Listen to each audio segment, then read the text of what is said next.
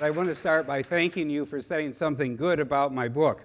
So far, my book, The Great Deformation, has been denounced by the right and the left and the Republicans and the Democrats and the Keynesians and the monetarists and the supply-siders, and also Wall Street and K Street and the military-industrial complex, along with the social cons, the neocons, the tax cons, and the just cons, which is about everybody else in Washington for those of you who can't place all the categories. And I guess I expected some of that. It's understandable because my book is a pretty sweeping critique of the status quo. And I did more or less say that we have stumbled into a kind of crony capitalist dystopia that is not going to end well. But in my own defense, I think some of the critics went way over the top. Professor Paul Krugman, for example, who, as all of you know, is the self-appointed tribune on all matters of economics in terms of what's correct thinking, denounced my book as the ravings of a cranky old man. And I have to say that even aroused my 85-year-old mother, who immediately shot back an email saying, "Doesn't he know you were a cranky young man too?" But in any event, there must be a lot of cranky people in America because his blog came out the day my book was issued. And the very next day, after that cranky old man blog, it went to number 4 on the Amazon list, and it only got stopped by 2 diet books and a horror novel called The Walking Dead. So I was happy that it actually ended up number 4 on the New York Times bestseller list as well. And I'm not saying that to brag, because 3 months later they're still debating whether that was number 4 in the fiction or the nonfiction category. And there are a number of people who think it probably should be in the latter. In any event, to make this very succinct, I take a dim view of the future because I think we're violating all the fundamental rules of sound economics, sound monetary policy, fiscal rectitude and responsibility, and what makes a healthy, capitalist, vibrant economy grow over time. And as I look around, I'll mention 4 or 5 of the key sort of dangers that hang on the horizon and that are omnipresent in front of us every day, but I don't think are given the credit that they need for the danger that they pose. I think the Federal Reserve has long since ceased to be a legitimate central bank and has become a serial bubble machine that has created 2 giant bubbles this century already, the dot-com, which busted, and then the housing and credit bubble of the mid-2000s, which then busted in the great financial crisis of 2008. And now they're reflating an even bigger and greater and more dangerous and more reckless bubble than the last 2. And this one, I think there's no way to stop it when it finally reaches a peak and busts on its own. Same way with our fiscal situation. The budget is not getting better, really. They haven't fixed anything. I think the fair point is that the federal budget has now, after 10, 20, 30 years of drift and 30 years of kicking the can, has become kind of a doomsday machine that is cranking forward on its own. Neither party is willing to face up to the hard choices. They point the finger of blame at the other party, and the numbers are really bad, and I'll give you a couple of those in a moment. But we do, as you know, have 17 trillion of national debt today. It's heading for 30 trillion before the middle of the next decade, 150% of GDP. Worse numbers than you have in Greece today, and I think it's very unlikely that it can be stopped based on anything that we can see in our political parties today. The political parties have failed. I think they have ended up being essentially glorified concierges whose job is basically to introduce politicians to money and PACs and the machinery of re-election, but stand for almost nothing. Or how are we here 5 years later and the most liberal administration we've ever had in the White House has done absolutely nothing about Wall Street, the giant banks, and the behavior that led us to the crash last time and has not been addressed in any way today. Or the Republicans, after all of the years that they were in power, ended up adding more to the national debt during the Bush period than in any prior time. Also, the idea that our economy is somehow slowly getting better, healthier, that we're beginning to delever, I think is totally wrong if you look at the big picture rather than simply, last month's data incrementalized compared to the month before. The fact is, at the peak of the crisis, before the crisis, in the fall of 2007, we had 51 trillion of debt on the U.S. economy, public and private, households, business, government, and finance. Today, allegedly, after we escaped a bullet and were saved, which I don't believe we were, the debt is 57 trillion. It's 3.6 times GDP. Let's call that the leverage ratio. And that leverage ratio is off the charts compared to anything historically that was sustainable, healthy, and stable. In fact, prior to 1980, the ratio was 1.5 times total debt, public and private, to GDP, and it had been there more or less for 100 years, come war, peace, boom, bust. Somehow we lived with that level of debt on our economy. Why am I dwelling on this? Because if we had stayed on what I call kind of the golden mean, the 1.5 leverage ratio, and not had what was essentially a national LBO for 20 or 30 years running, where everybody, business, households, government, ran up their debt, we would have today about 25 trillion of debt on the economy, not 55 trillion. We're carrying around an extra 30 trillion of debt. That is a big number. That is a real number.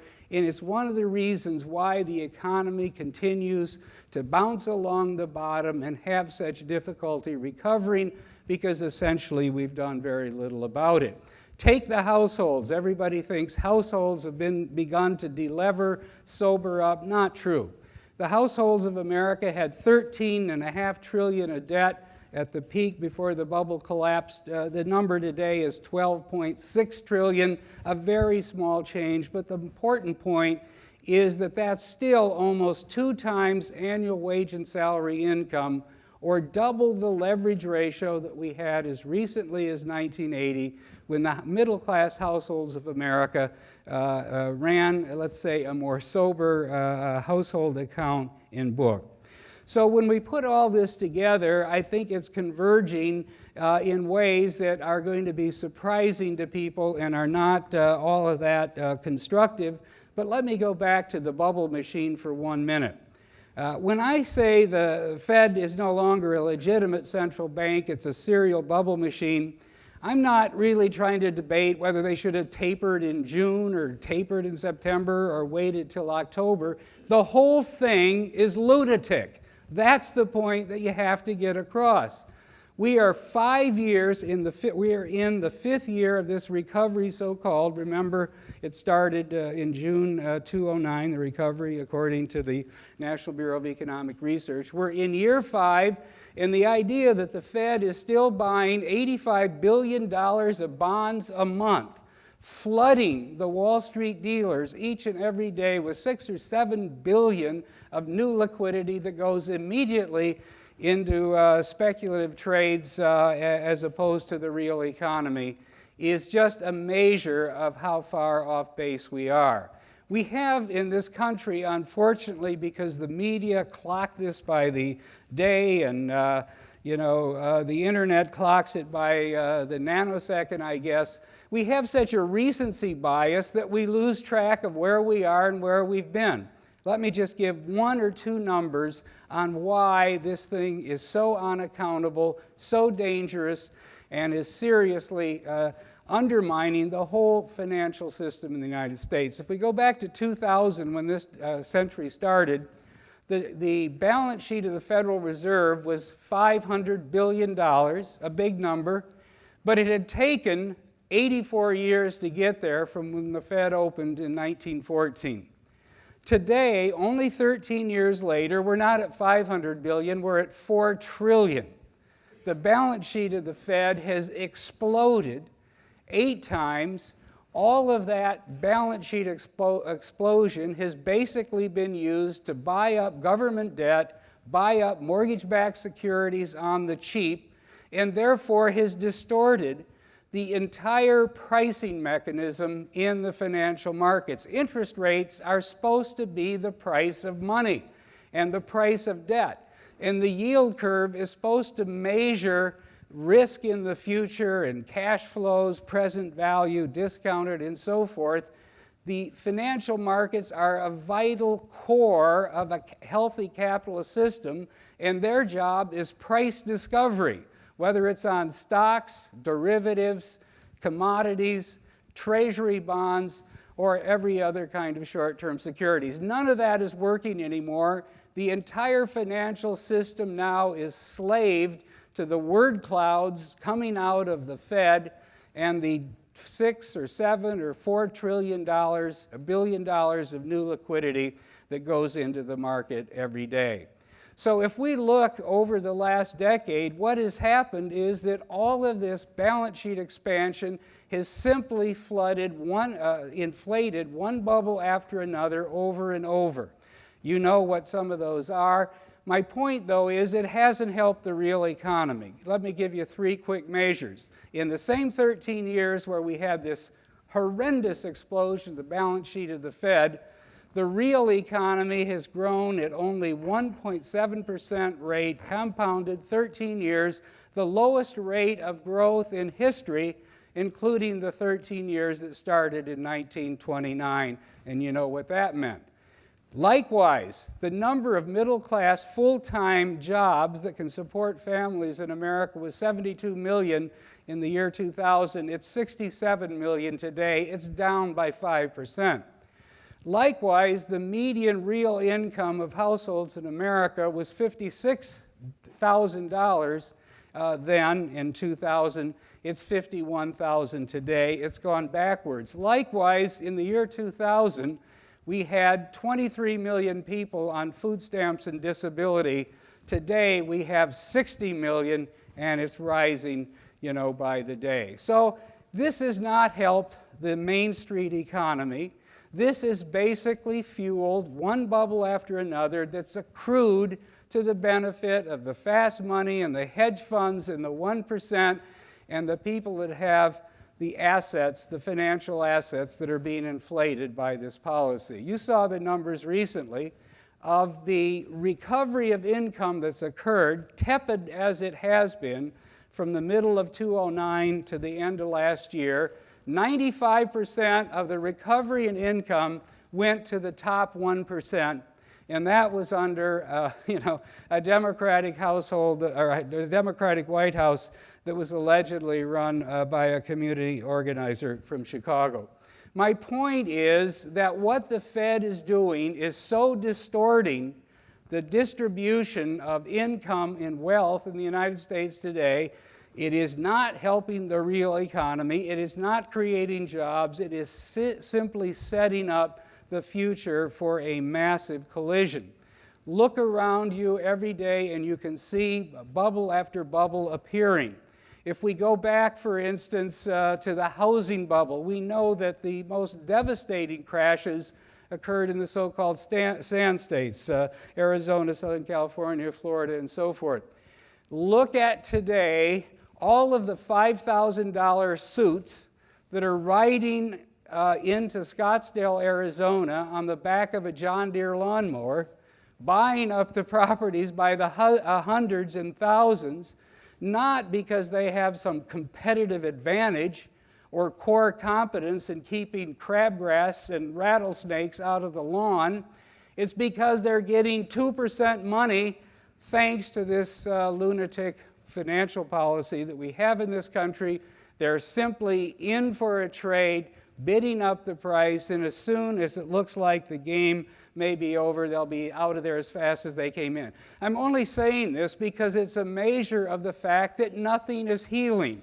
We're simply back to the same old speculative games. One of the things that I pointed out in my book that was a sign in 2008 that we were out of control was that in that year, we set an all-time record for junk bond issuance. We were taking $30, $40 billion companies private, and most of those are, debt zombies today or bankrupt.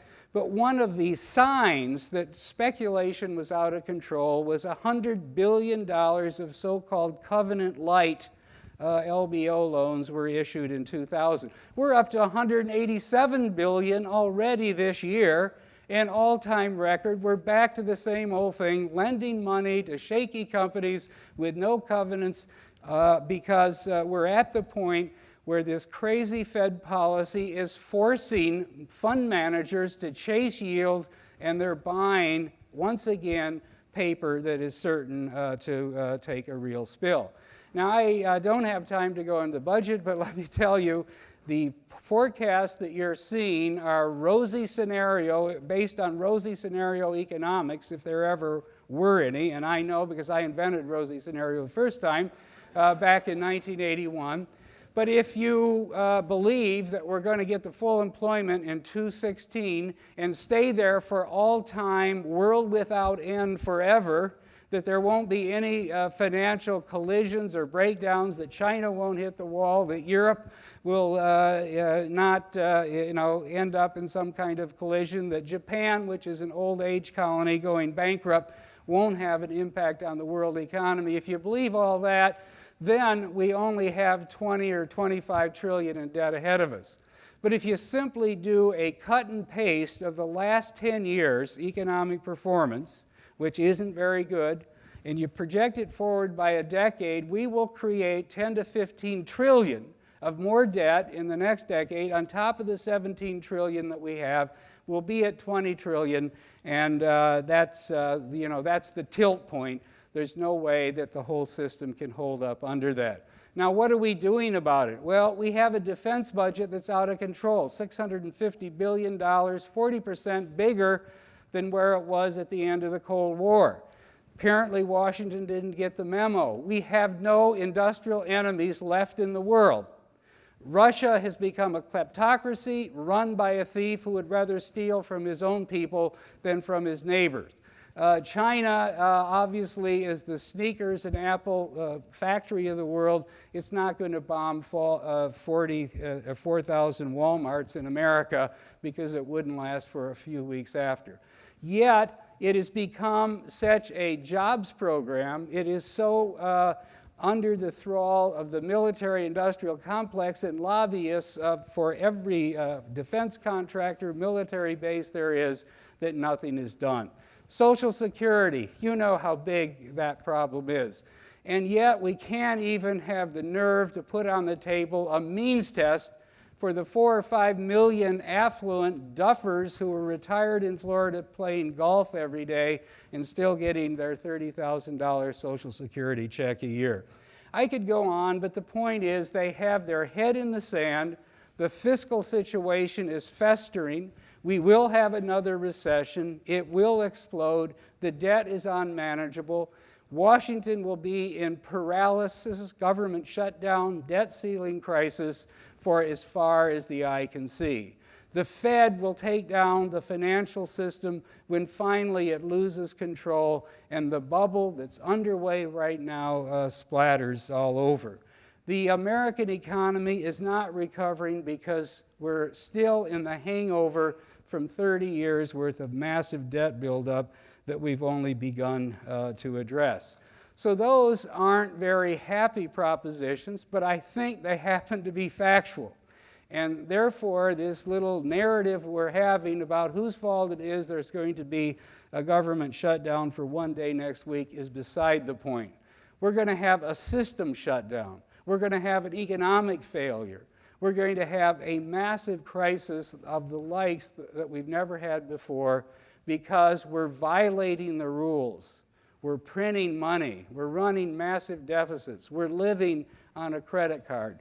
None of that is sustainable, but unfortunately, that's where we are. Thank you.